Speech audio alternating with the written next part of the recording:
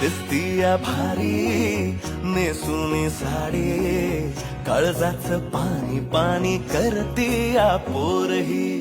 अदा क्यूट वाली गावरान बोली, खट्याळ थोडी माझ्या काळजाची चोरही. थोडं माझ्या पिरमत पड तू ग बाई, खुळ्याकत झाला मन तुझ्याच पायी. आता मला लागली या लग्नाची घाई, नाही आता बोलू नको ग माझी राणी.